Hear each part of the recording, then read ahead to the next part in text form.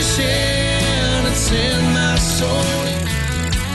Welcome to the Salt Strong Podcast, disrupting fishing entertainment as you know it. Prepare to laugh. Prepare to get to know fishing legends in a whole new and unfiltered way. And on occasion, you might even learn a thing or two about fishing. Here's your host, Joe Simons. Like diamonds.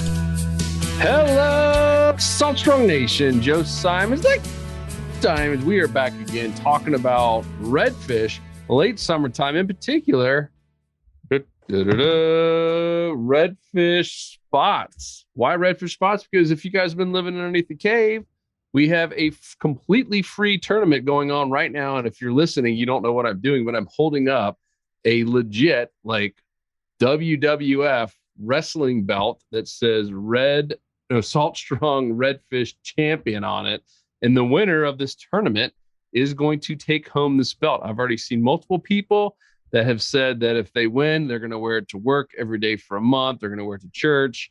Really, really embrace this belt. And I don't blame them. Like I am dying to see if we can get another one made just so I can proudly wear it all around town, including nice dinners, weddings, bar mitzvahs, you know, that whole thing. This thing is awesome. How cool is this? It's like legit. I mean, it's a heavy, heavy belt. And so once again, if you guys have been sleeping underneath some kind of rock or coral reef, whatever it might be, we have a free tournament going on for insiders only. And we're giving this belt away. We've got some really cool slam stickers. So a little plug for our tournament. That one I just realized is upside. They're both upside down and I'm backwards. That's more the problem. So one is for redfish and snook and flounder. One is for redfish, snook, and trout. Man, I am literally backwards trying to look at these things right now. Trout, redfish, flounder, and trout, redfish, snook. That makes so much more sense when you say it that way. So what we're doing is anyone who catches those three species or a combination of both, if you're in an area that has both, you get one of these free decals, waterproof decals for the back of your car, truck, boat, kayak, Yeti cooler, wherever you want to slap these suckers on. And huge thanks to Wyatt. What's the name of the artist name that made these?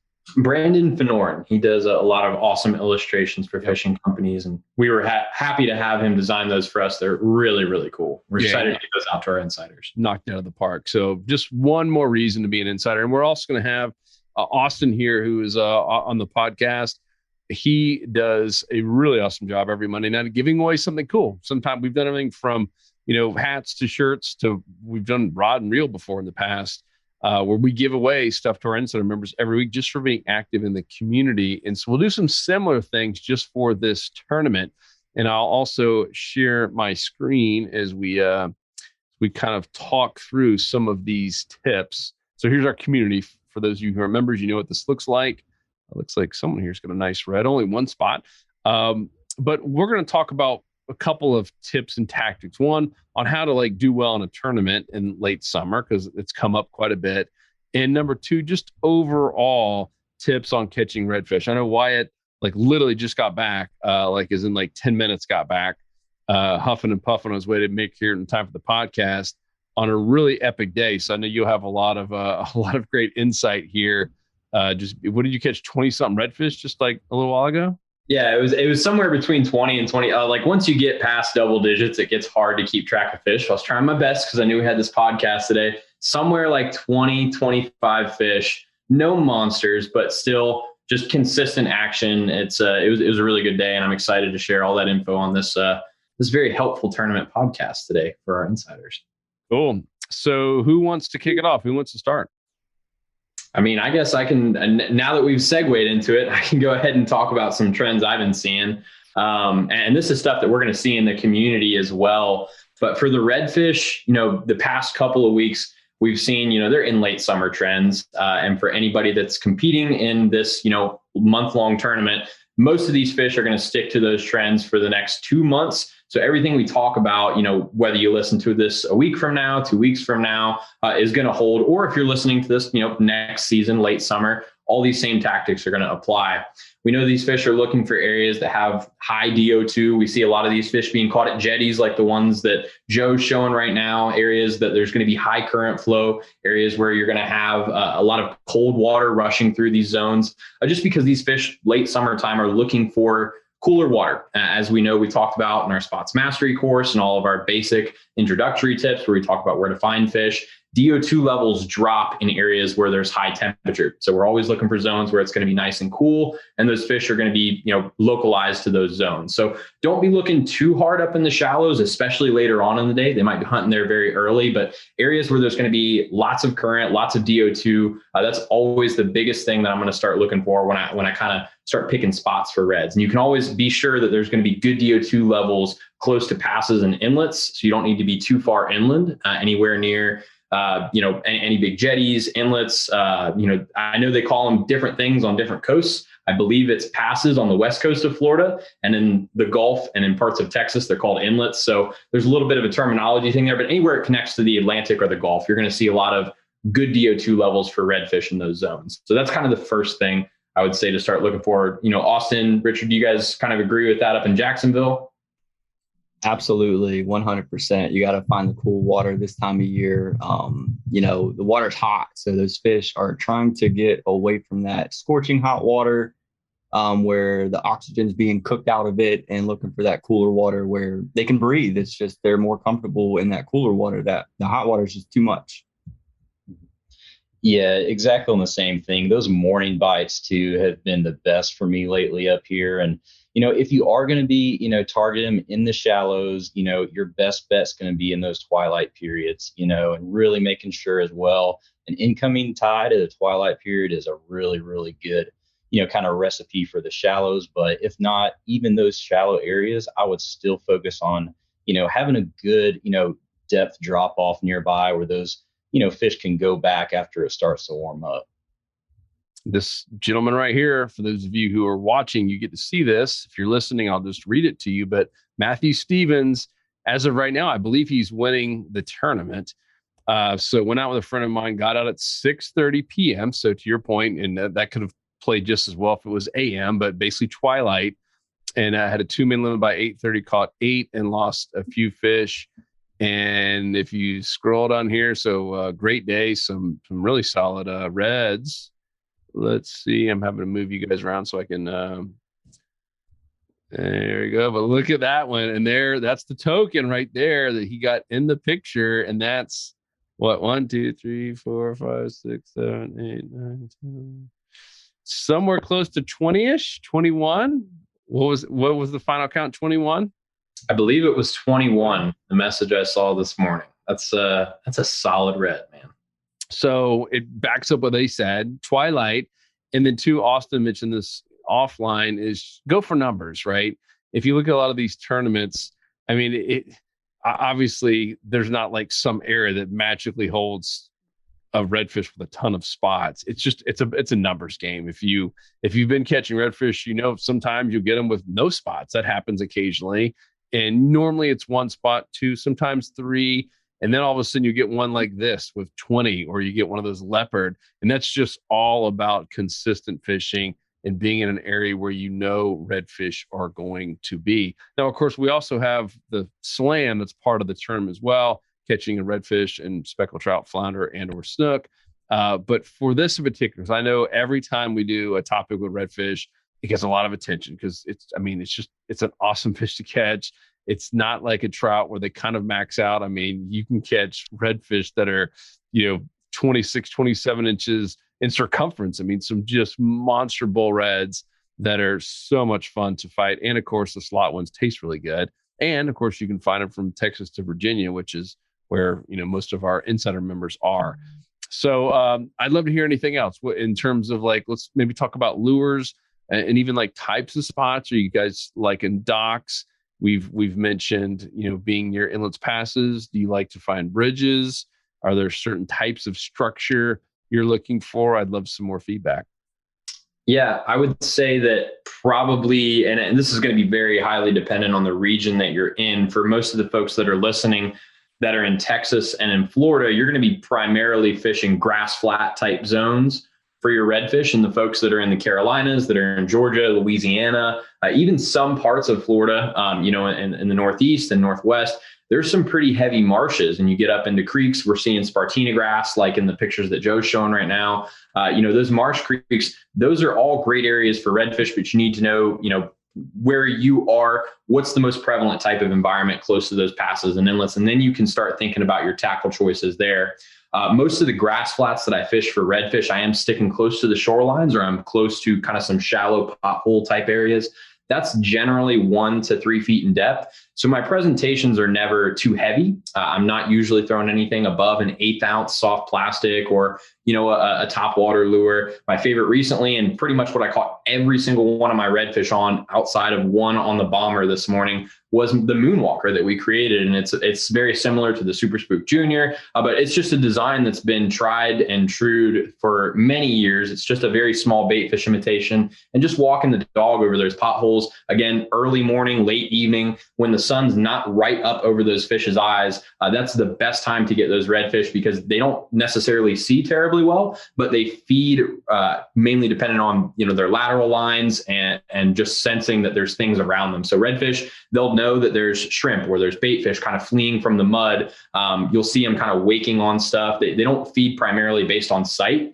So you can get a lot of redfish on top water, but if the sun is up further on in the day and they can't feed looking straight up, or they're not going to be coming after top waters, you would be better off going with, a power prawn that's got a lot of scent on it, because they do have really large olfactory senses, or olfactory systems. So bouncing those power prawns through those grass flats on, the 1/8 ounce weedless hooks that we have, or the owner twist locks, whichever you choose, or even a small jerkbait like an Alabama leprechaun. Any of those shallow water presentations are really awesome. But if you don't know which grass flat to go to, things like that, and regardless of where you live, whether it's the Carolinas or Texas and Florida, where their grass flats are a little bit more prevalent, you can always go to docks. Docks are always a safe bet, no matter where you live. And I would say the number one lure to use on docks is just one of those big shrimp jigs. We've seen Luke do it time and time again in a lot of these lure tests, going to these docks and bouncing with, 1/2 ounce jigs just right at the ends of the docks, where there's the most variable depths. So redfish typically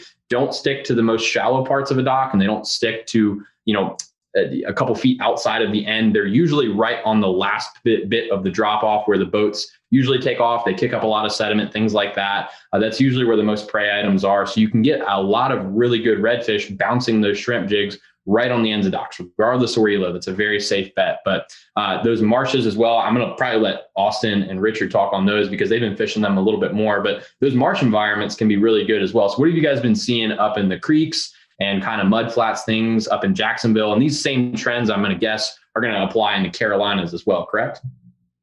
Absolutely. Yeah, 100%. So up in the marshes, well, let me backtrack a little bit. On a tournament standpoint, as Joe was saying, with going for numbers rather than, a lot of tournaments for redfish are weight. So you're looking for big fish. But in a spot tournament, you don't necessarily got to go catch a monster fish. You can go catch a bunch of them. And the more that you catch, the more likely you're going to catch one with a bunch of spots. And so in this situation, I probably would personally, just me, would opt to use like live or cut baits first thing in the morning as the sun's coming up, get up in some marshes around some oyster bars, and just trying to find a lot of structures that are in the same area, like a creek mouth and a bunch of oyster bars that are right around that creek mouth. And then just soaking those baits out there so that I can put out multiple lines, whether it's live mullet, cut mullet, live shrimp, dead shrimp, cut crab, anything along those lines can be great baits. And you could put a variety out there if you want to see what they want, and just get a bunch of lines out to increase your chances and take advantage of that morning bite up in the marshes. And then once the sun is up and everything starts to heat up, when those fish are going to be moving out, then I would probably try to look for an area that either has like a drop off right at the shoreline, since redfish really like to hold close to those shorelines, or like a channel edge, or as Wyatt said, docks, and soaking those same baits just in those different areas, and just putting as many lines out again as I can. Not saying that artificials and are any better than live bait, or live bait's any better than artificials. That would just be my approach, so that I got a bunch of stuff out there to catch a bunch of fish. I think your boy John here is going to disagree with you. I've had it here featured. One of our newer VIP members in Southport, North Carolina, lifelong live bait fisherman making the transition to artificials, low tide and early in the morning yesterday. I am a believer now. Nice solid red, nice fat little trout and flounder. That's pretty awesome. That is awesome. Oh yeah, man. You know, like artificials, live bait, they're both great. And, you know, I think that it's really, it's not necessary, but it is a good thing to learn both.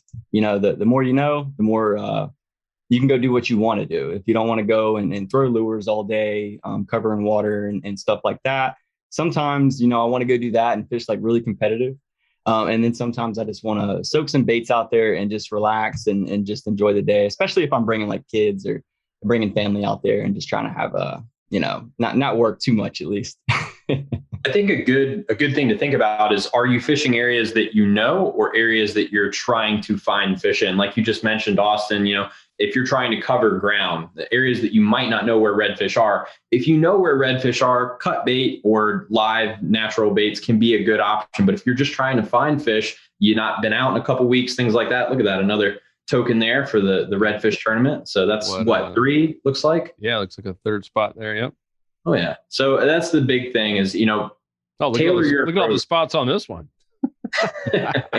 What if we did a speckled trout spot contest? I think I see a slam shady in the bottom of that picture. Is that down by his foot? It looks like a slam shady. Good eye, Wyatt. Yeah. So that's the big thing is, you know, tailor your approach to whether you already know where fish are or you're trying to find them. I would say if you're looking to find fish for the first time in a while, or you're not 100% sure where they are, or you're not getting bites on live bait, start poking around with artificials. You can cover a lot more ground. But once you find them, sometimes that cut bait or that live bait, any kind of natural bait can work really well. So there is merit to both approaches. Yeah, you're very right there. I would completely agree. If you're looking for the fish, you know, covering water with an artificial is definitely more productive for that. So that's a great point. Yeah, and going off of that too, you know, one of my favorite ways to catch redfish, probably one of the most difficult at times, you know, is topwater. So like in the mornings, one of my favorite things to do is also use it as a search bait, you know, because typically when you find a trend, you know, even if the tide's coming in or out, it usually, you know, kind of lasts for a couple hours. So even if you get some really solid and good blowups, those fish are generally going to stay in that area as long as that bait's there. You know, and another really good thing right now, you know, I'm looking outside, it's still raining. So we're getting a lot of rain, especially over here on the East Coast right now. And I'm sure over where you guys are too. So a really good thing to do is kind of put a little bit extra on your bait as well. So like gold spoons work great when you get some high water. You can throw it in the grass, pull them out. I've actually got one of these here, these Redfish Magics. These are phenomenal as well. Just to, you know, these fish are pretty aggressive right now, especially when those feeding windows are short. You know, when they're in that target zone, they're there to feed. So that's something I've really liked to do, you know, just to search them, you know, and then kind of once you have an idea, there's some good fish in the area, you can do, you know, soak some bait, you know, in some really good target zones, you know, kind of where they're going to start coming in and out to that egress point for later, you know, when there's some deeper water. And then at low tide, exactly what you guys said, man, I have loved fishing docks lately because it's got some good current, deep water docks specifically, you know, ones that have good retaining walls and things like that. Where these fish can go trap up some bait and still be in a comfortable zone. And you said low tide, and I assume the reason is because it's fewer places for these redfish to hide when the water's out. To Wyatt's point, they're going to be underneath the dock. They're not just going to leave and be out 20 feet from it. They will still want to have that structure. So it's just one more way to make it easier at lower tide to know that they're going to most likely be in the deepest spot right there at the edge. And sometimes those shadow lines too, depending on where you are in the time of day. I mean, it's crazy. All of a sudden you hit the shadow line, you know, like, holy smokes, that's, and Luke talked about that. I mean, that can be kind of even a form of structure. And if you've ever been diving, Luke and I are heading off to go do a little lobstering. A lot of times we will go dive by those bridges that all have shadow lines, and it's amazing. I mean, the temperature changes, even the amount of fish you see changes when you hit these shadow lines. It almost is like a form of structure because it literally changes the entire environment. down underneath the water. It's really pretty fascinating. Yeah, I would completely agree on that. Anytime I'm ever fishing docks after the sun is up in the air, up in the sky, I'm looking for that shade. And I'm more likely to put my line around that shaded area of the dock than I am on the sunny side of the dock. And same thing with bridges, just like this isn't on redfish, but, I was looking for cooler water fishing for sheepshead as well. Because many species are going to, look for cooler water when the water's hot. And so we fished a bridge because we knew that the bridge would provide some shade as well. So same case there. Cool. What else? What else do you guys like to look for? There's a nice one there on a Lindell Slam shading. Yeah, I would say something for any members that maybe, this may be their first experience really trying to catch a bunch of redfish. I know a lot of our members are just out there to get tight lines, be it trout, snook, whatnot. With redfish, something to keep in mind is generally they are very tidal dependent at where they're going to choose to feed if the temperature allows them to do so. So if the water temperature is not too hot or not too cold, if it's in a Goldilocks zone, as we call it, a lot of times what we'll see is redfish will move into shallower areas on higher tides, and they'll move to deeper areas on lower tides. They generally move with those tides, and they'll put themselves in areas where they know the current's going to bring them food. They're pretty lazy fish. So if you can find areas where, depending on whether the wind's going to be blowing that bait or the current's going to be moving bait, and, Richard had a really good kind of scenario going on up in Jacksonville where there's a lot of rain. And what's going to happen is in the marsh environments where there's a lot of shrimp and there's a lot of crabs and crustaceans, things like that, in very shallow marshes where that grass is it makes it difficult for redfish to get up in. What's going to happen is when it rains, all that freshwater runoff is going to push those prey items, crab, shrimp, little bait fish, things like that, out of those shallower marshes. So you can look for those cuts that enter those really shallow areas that redfish usually can't get into. You'll see those cuts as kind of darker spots in the marsh. That freshwater runoff is going to push all those prey items out. And usually that first depth change outside of a marsh cut or outside of the entrance of a flat, things like that, where that runoff is going to occur on, say, an outgoing tide, you're going to find a lot of activity in that area. In fact, the area that I fished this morning, it was very low tide. There was an outgoing tide, and all of the mullet and all of the small shad that were in that area were getting pulled through this little kind of marsh mud flat that had some grass in it. And redfish were stacked up in there. And all I had to do was fish my bait exactly where that current was moving all of those small shad and small mullet. And those redfish were hopping all over it. So just kind of thinking about where redfish are going to feed in relation to the tide is really key to knowing how to be consistent with them. Because if you're fishing an area that's too deep, when the tide's going up, know that those redfish are usually looking for shallow water hunting opportunities because that's easiest, that's where it's easiest for them to hunt at a high tide. Now, when that tide drops out and you're fishing, an inch or two of water, if you're not paying attention to where you're fishing, you're wasting your time. So it's really important to keep in mind where these redfish are going to look for hunting opportunities on different tides. That way that you're being efficient with your time on the water. And again, you're getting as many numbers as you can into the boat to try and get that redfish that's got a lot of spots on it. Yeah, check this out. 20 fish, a lot of redfish on one morning, and trout, ladyfish from shore. Gotta love it. See, you don't even have to have a boat. I guess he is on a boat right there, but look at that stringer. Nice. Alabama. Talk about scent.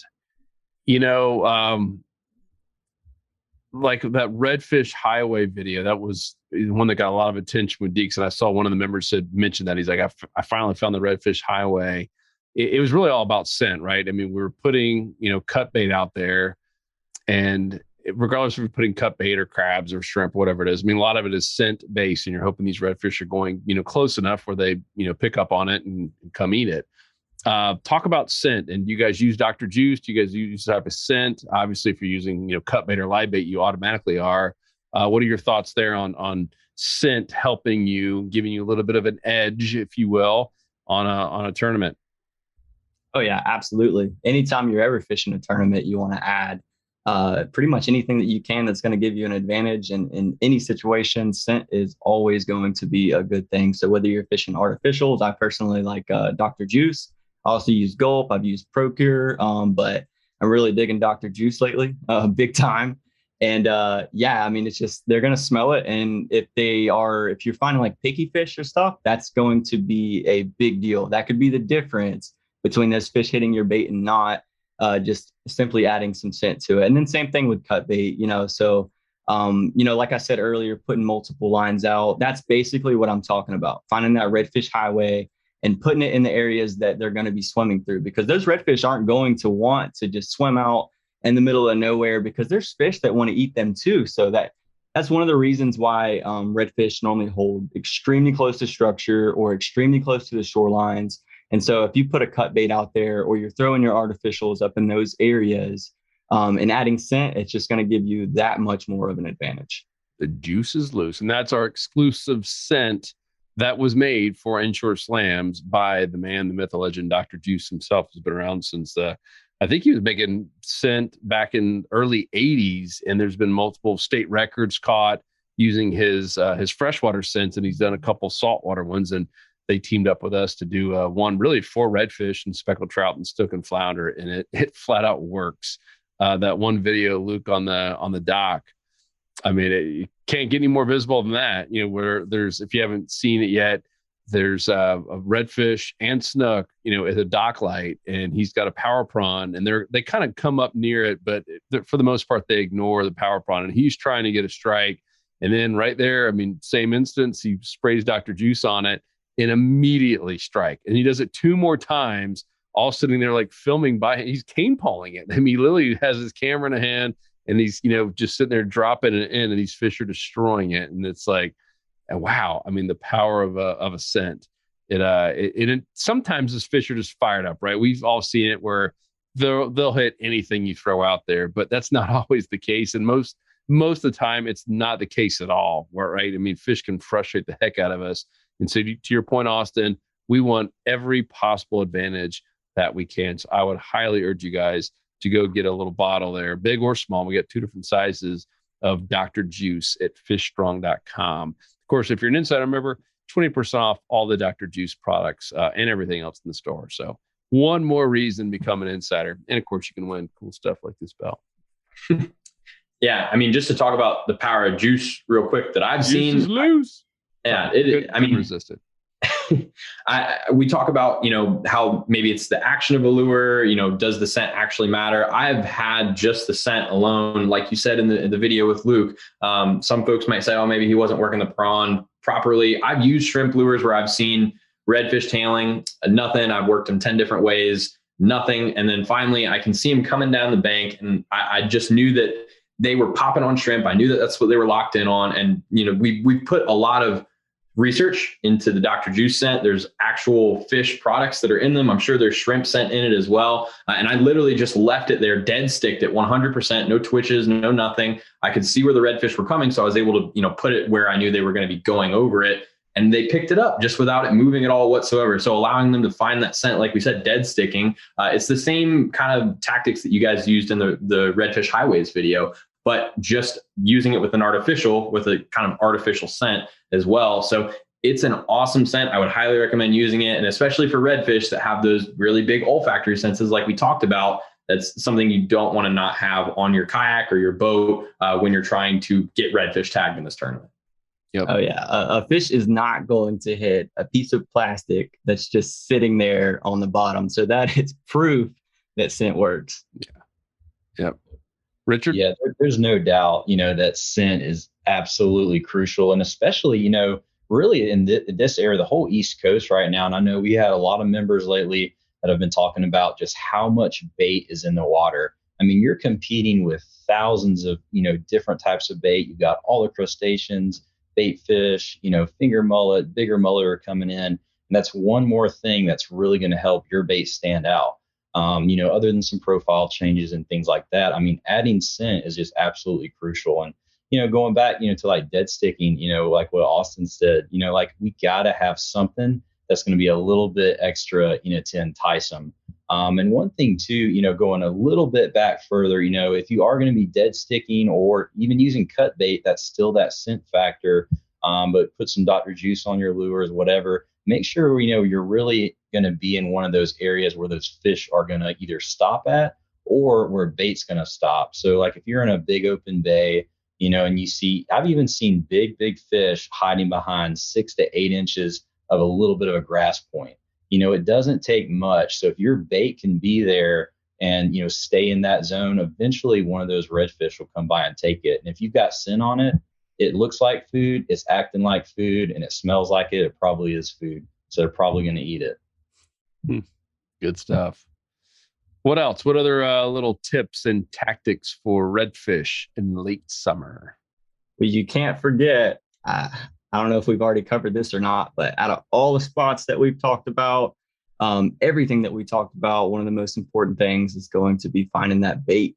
If you find an area that's got good structure, that looks great, and you're not seeing any bait, I wouldn't waste too much time there. Getting out and finding that bait is going to be very important because the fish want to eat, and that's what they're looking for. So, Wyatt, signs of bait today when you were catching all these reds? Absolutely. I mean, I saw. What do you know? What do you know? Yeah, and I mean, we saw all of this current pushing these mullet, pushing these small shad. I can see the shad leaping out of the water. They don't jump like mullet do. They jump 6 or 7 at a time when they're running from something. Those mullet, and a lot of people that might be new to going after redfish in shallow water, you're going to see mullet jumping out of the water that I guess they got an identity crisis. They think they're dolphin or something. If you see a single mullet that's just jumping and it looks like it's just having a good time, that's not a fish that's running from something. You're looking for 3-4 mullet at a time that are skirting along the surface of the water. They're scared. They're running from something. You're looking for 6 or 7 shad, and shad are generally, the length of your index finger. And they're going to be jumping 3, 4, 5 at a time along the surface of the water. Those mullet that are just loners that are jumping 3-4 feet in the air and they're belly flopping 4 times in a row, those aren't fish that are scared of something, that are running from something. That's not the bait I'm looking for. I'm looking for bait that's running from stuff. Another good indicator is birds. And something that I've been seeing lately in the areas I've been going and targeting is rosette spoonbills. And that is an awesome bird to see because we know that they're not after bait fish. We know that they're after shrimp. That's just the way that their bill's designed. I don't believe they hunt bait fish very well, but we know redfish this time of year, they're very opportunistic hunters, and shallow marshes that have really high concentrations of shrimp, there's almost always redfish there. There's always going to be scattered shrimp on grass flats, but when there's really high concentrations of shrimp, you're going to see these rosette spoonbills. And that's always, to me, I can't think of a time I've ever been in an area where I've seen spoonbills and I've not caught redfish. So I know that they're not available everywhere, these birds aren't localized everywhere. But if you ever see these birds in a small marsh flat, know that there's a very good chance that there's redfish around feeding on shrimp, and that you can tailor your tackle choice. I mean, that bird alone right there tells you what lure you need to throw and if you're in the right area. So I love seeing those kind of birds. Some of the other, the herons, they might be after shrimp, they might be after bait fish. Any kind of wading bird is a good sign, but I love seeing spoonbills, and I saw 4 or 5 of them this morning in the spot that I caught up to 25 redfish in. So that's another good sign to look for. The birds and the bait, really big keys. If you're in a kayak, sometimes those boils can be hard to see, but 3Bs, always want to hammer that home. Look for the birds, the bait, and the boils. Can you see this one? Oh yeah, I can see that. And he's got an interesting little mug on him. You managed to find the worst picture of a. No, it's the best. This is what they do. They're known. They literally wait. Like you can see the grass and the water. It's literally waving you down, saying, "Here's where the redfish are." This is what they do.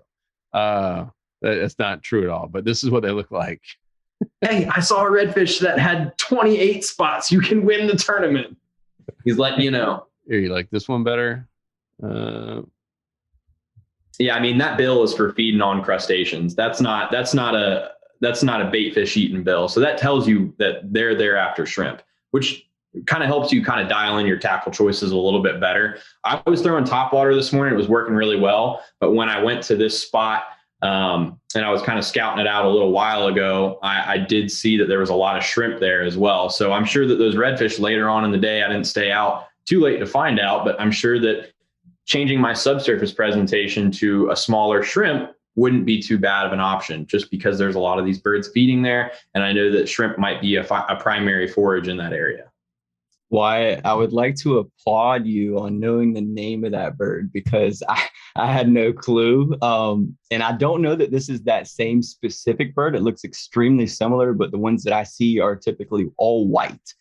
And there was a tip that I picked up actually from Captain Caleb that you've done a few videos with now. Could be a Jupiter. And he said that if you ever see two of those birds that are close to each other, that they actually really don't get along. So if you ever see two of those birds in the same area, that means that they are there for a reason. And I was hesitant. I'm not going to lie. I was hesitant to believe just the fact that they didn't like each other. And sure enough, I've actually seen them fighting and like getting mad at each other and stuff like that. So that's a great point on the birds, but I applaud you for actually knowing the name because I don't know the name of the bird that he was actually talking about. Yep. Pays to be a bird nerd. So Absolutely. Wyatt spends time as a volunteer at the Audubon Society on his weekends. Loves picnics and spoonbills. I'll have to say that the original bird nerd on the team was Luke. He taught me about ospreys and all the different egrets, things like that. You'd be surprised the connectedness of all the different life on flats. We could have a whole podcast on different wildlife other than the game fish that we're after that key in on. I mean, we talk about stingrays and stuff all the time too. There's a lot of wildlife out there, but birds are the easiest one for us to see because they're above the water. So it does definitely pay to be a bird nerd in that respect. Yep. And I think we're forgetting one, guys, or at least I think we are. We may have said something about it, but another really important thing is going to be wind. Like we were talking about with the hot water, that wind is going to cool it down. And then also the sun's cooking the oxygen out of that hot water, and that wind is going to churn it up and put some oxygen back into it, which is also going to be really important here in our summer months. So add that to your game plan when you go to look for these redfish as well. And what I mean by that is the wind is blowing on the shoreline. So rather than you being out of the wind where you're protected from it, you actually want to be in the wind where the wind is hitting the shoreline or blowing across that structure that you're fishing. Ideally, not casting into the wind and having your get half the distance.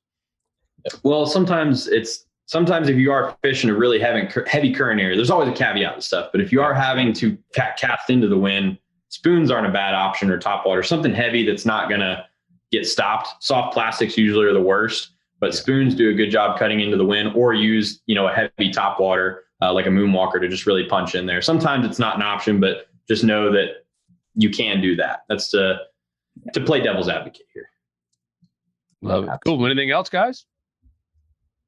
I think we've covered everything that folks need to know to catch a bunch of redfish that have lots of spots on them. Yeah, and I did write down, I think that will be a great podcast, is best wildlife to see, on a flat or a, oyster bar, mangrove line, whatever, that indicates there are feeding fish around. So stay tuned for that one. That will be a future podcast because I think we could knock out, especially get Luke on there because he is a little bit of a bird nerd.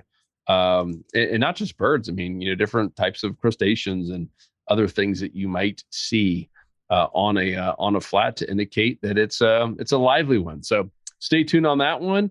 Otherwise, for you insider members, continue to keep putting your posts in. And the good news is don't feel like you've missed out. Even if you're not a member, you want to join today. The beauty about a redfish spot tournament, it's based on one fish. You can submit 50,000 redfish if you want to, but it only comes down to one. So one fish, one side, and someone could win the last day. I mean, literally, that's what's cool about tournaments like this is, every cast could mean, winning something cool. So that's all obviously not nice. It just adds a little bit more fun to every time you're making a cast out there. But two, it could literally be at 8:00. Sun is going down. It's the last day. It's the 31st day of the month. And you still have a chance to win this belt and the stickers and all the other cool stuff we're giving away. So never too late to join and never too late to just go out there and wet a line. You never know what's going to happen. And I cannot wait to see who wins this monster championship belt. And I'm really pumped to start getting some of these stickers out there as well and seeing them on the back of your vehicles and boats, etc. And we'll do more. I know we've heard from a lot of people already that are really excited to do some other tournaments and give away some of their decals. And it's just so much fun in that in the insider community. So if you're not a member, what the heck you waiting on? We have the biggest, boldest guarantee out there. You will catch fish and you will save money, or you don't pay. It's that simple. It's all about fishing smarter, putting you in the 90-10 zone, in the right spot at the right time all year long, even if you don't have a boat, even if you don't have a fancy kayak or anything else. We have a lot of people, and you probably saw as I was scanning through some of the reports, a lot of people catch a lot of fish just from shore. Wyatt, were you out in a boat or waiting today? I was out in my boat today. Yeah. So you completely killed where I was going with that, but I'll tell you what, one of my best days of when Wader Dave came down up until today, I would say I had my best redfish day waiting in Texas. So you can definitely hit some good redfish. I had a redfish during that trip. I would have loved to have submitted in this tournament. Had probably 10, 15 spots on it, but I guess I would still be in second place there. But yeah, you can definitely get it done waiting as well. Oh yeah. Yeah. I mean, it's the same mechanics, right? And the trends all still apply, regardless if you're fishing out of wading boots or a kayak or a boat. It's all still relative. It just, it makes it tougher in terms of, not being able to move as quickly, and you have to do a little bit more pre-trip planning. But that's part of the fun, and that's part of what we teach you, is how to do it quickly, and even using things like wildlife to identify what a good spot is. So I'm actually pretty excited about that podcast, and I'm finally going to get to learn some of the real names about these birds. Have to be a bird nerd, Joe. Yeah, I'll turn into a little bird nerd and get my Audubon Society card in the mail. And hi guys, this is a good one. We appreciate you, and for those of you that are members, once again, start posting those pics. Make sure you got your token. If you don't, it's right there in the community. You can get it printed out. Does not have to be in color, even black and white. We want you guys to have fun. It's all free, and I cannot wait to see who wins this bad boy. Otherwise, we will talk to you guys in the next episode. If you're not a member, go to saltstrong.com right now, and you will see a little button to join us completely risk-free today. Saltstrong.com. Join us in the club. Cannot wait to see you in there, and cannot wait to see how many new fish, new memories you are creating. Peace. Thanks, Richard, Austin, Wyatt. Great job, guys. Later, guys. Peace. Right. We out of here. I got to stop share, and then I can end this thing. All right. That is it. Later. 'Cause fishing